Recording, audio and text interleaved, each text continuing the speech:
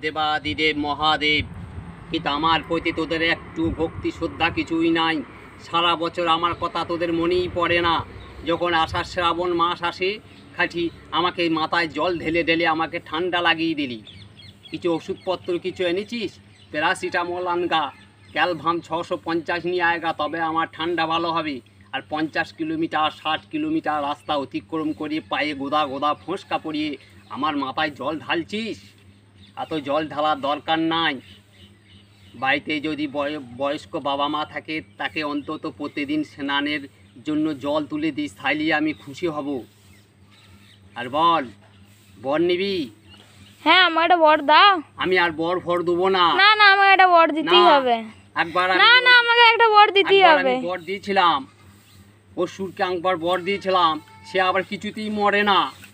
সে আবার শেষকালে কৈলাসে গিয়ে আমার সিংহাসনটাকে নিয়ে টানাটানি করে। শেষকালে আবার আমরা পারুকে পাঠালাম, পার্বতীকে পাঠালাম যে যা তুই গিয়ে আবার ও আবার অসুরকে গিয়ে আবার মেরে এলো। তাই আমি আলা ভোলা মানুষ, আমার কাছে বর চাইস না। আমি আবার কি বলতে গিয়ে কি বর দিয়ে ফেলি দিয়ে আমারই আবার পুঁতে বাঁশ হয়। তাই কোনো বর তোরা চাইস না। তা শোন, আমি শ্মশানে ঘুরে বেড়াই, গায়ে আমার মৃত মানুষের ছাই মাখি, গায়ে ভীষণ দুর্গন্ধ। তা কি এনেছিস আমার জন্য? সাবান সেন্ট কিছু এনেছিস? ওই দেখি কি এনেছিস। হ্যাঁ, এটা তো লাল হিট, এটা তো আরশোলা মারারি। হ্যাঁ, মাথায় কি আমার আরশোলা হয়েছে নাকি? তাই ধর খেপা। আর শোন,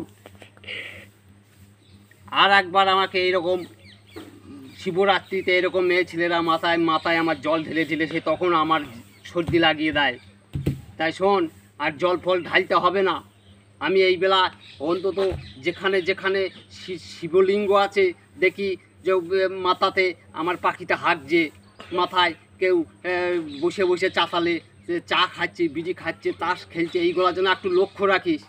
আর শোন, আর ওই যখন তোরা জল আনতে যাচ্ছিস, আলু পোস্ত বাবা খেতে ভালোবাসতো, এই ধরনের কথাগুলো বলিস না। এ খেপা, তো ওরকম করে লাফাস না, এখনই পাটা বাবা তোর ভেঙে যাবে। হ্যাঁ, আমি কি আলু পোস্ত খেতে ভালোবাসি? আমি গাঁজা খেতে ভালোবাসি। পোলকে এনেছিস? গাঁজা দে, দুটো গাঁজা দে, খাই। তোকে তাহলে আমি ভস্ম করে দিলাম।